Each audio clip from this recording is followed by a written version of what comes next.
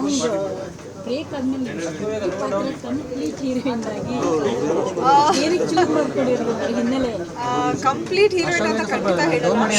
ನಮ್ಮ ನಿರ್ದೇಶಕರು ಹೇಳಿದ್ರು ಹಗ್ಗ ಸಿನಿಮಾ, ಚಿತ್ರದ ಹೀರೋಯಿನ್ ಎಲ್ಲನೂ ಹಗ್ಗನೇ. ಸೊ ಅದರ ಕಥೆ ಏನು, ಹಗ್ಗ ಯಾಕೆ ಹೀರೋ ಅಥವಾ ಹೀರೋಯಿನ್ ಆಗುತ್ತೆ, ಮುಖ್ಯ ಪಾತ್ರ ಆಗುತ್ತೆ ಸಿನಿಮಾದಲ್ಲಿ ಅಂತ ನೀವು ಖಂಡಿತ ಸಿನಿಮಾ ನೋಡಿದ್ರೆ ಗೊತ್ತಾಗುತ್ತೆ. ಅವಿನಾಶ್ ಅವರು ನಾನು ಫಸ್ಟ್ ಕರೆ ಮಾಡಿ ನಿರ್ದೇಶಕರು ನನಗೆ ಕಥೆ ಹೇಳಿದಾಗ ಬಹಳ ಇಂಟ್ರೆಸ್ಟಿಂಗ್ ಅನ್ನಿಸ್ತು. ಆ್ಯಂಡ್ ಒಬ್ಬ ನಿರ್ದೇಶಕರಾಗಿ ಅವ್ರು ಮಾಡಿದಂಥ ಹೋಮ್ವರ್ಕ್, ಅವ್ರು ಯಾವ ರೀತಿ ಪ್ರಿಪೇರ್ ಆಗಿ ಬಂದಿರೋ ಅದು ನನಗೆ ತುಂಬ ಇನ್ಸ್ಪೈರ್ ಆಯಿತು, ಖುಷಿ ಆಯಿತು. ಈ ಥರ ಯಂಗ್ಸ್ಟರ್ಸ್ ಜೊತೆ ಕೆಲಸ ಮಾಡಬೇಕು ಅನ್ನೋ ಆಸೆ ನನ್ನಲ್ಲಿ ಯಾವಾಗಲೂ ಇರುತ್ತೆ. ಸೊ ಹಾಗಾಗಿ ನಾನು ಒಪ್ಕೊಂಡೆ. ರಾಜ್ ಭಾರದ್ವಾಜ್ ಅವರು ನಮ್ಮ ನಿರ್ಮಾಪಕರು, ಅವರು ಕೂಡ ಹೋಲ್ ಹಾರ್ಟೆಡ್ ಆಗಿ ಒಂದು ಬಹಳ ಕಷ್ಟದ ಜಾನ್ರೆ ಇದು, ಥ್ರಿಲ್ಲರ್, ಆ್ಯಕ್ಷನ್ ಆ್ಯಂಡ್ ಇಷ್ಟೊಂದು CG ವರ್ಕ್ ನೀವು ನೋಡಿದ್ರೆ ನನ್ನ ಮೈ ತುಂಬ ಬೆಂಕಿ ಇರುತ್ತೆ. ಸೊ ಅದು ಬಹಳ ಕಷ್ಟಕರವಾದ CG ವರ್ಕ್ ಅದು.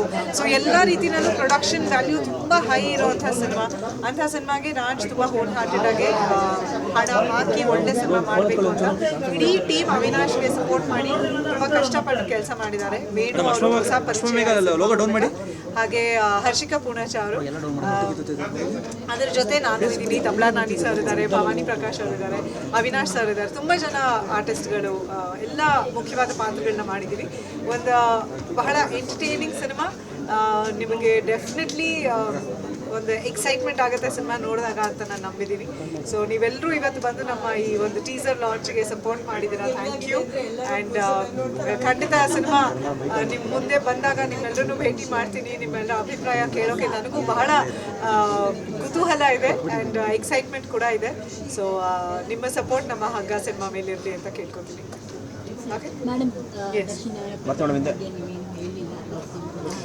ಸಿ ಲಾಸ್ಟ್ ಟೈಮ್ ಕೂಡ ಹೇಳಲಿಲ್ಲ ಅಂತಂದರೆ ಅದೇ, ಇಟ್ ಈಸ್ ಲೀಗಲ್ ಇಶ್ಯೂ ಅಲ್ವಾ.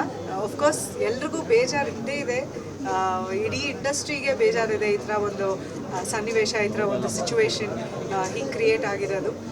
ಬಟ್ ಲೀಗಲ್ ಆಗಿರೋದ್ರಿಂದ ನಾನು ಏನೂ ಮಾತಾಡೋಕ್ಕೆ ಅದ್ರ ಬಗ್ಗೆ ಸರಿನೂ ಅಲ್ಲ, ಮಾತಾಡಲೂಬಾರ್ದು ನನ್ನ ಪ್ರಕಾರ. ಸೊ ಲೀಗಲ್ಲಾಗಿ ಏನೇನು ನಡೀತಾ ಇದೆ ಅದು ಎಲ್ಲ ಕರೆಕ್ಟಾಗಿ ನಡೀಲಿ, ಕರೆಕ್ಟಾದ ಹಾದಿಯಲ್ಲಿ ಹೋಗಲಿ.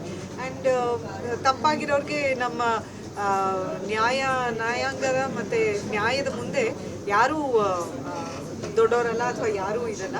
ಸೊ ಲಾ ಮುಂದೆ ಎಲ್ಲರೂ ಈಕ್ವಲ್ ಅಲ್ಲ.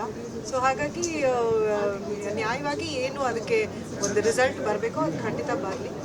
ಅನ್ಯಾಯ ಆಗಿರೋರಿಗೆ ಒಂದು ನ್ಯಾಯ ಸಿಗಲೇಬೇಕು ಅಂತ ನಾನು ನಂಬೋದು.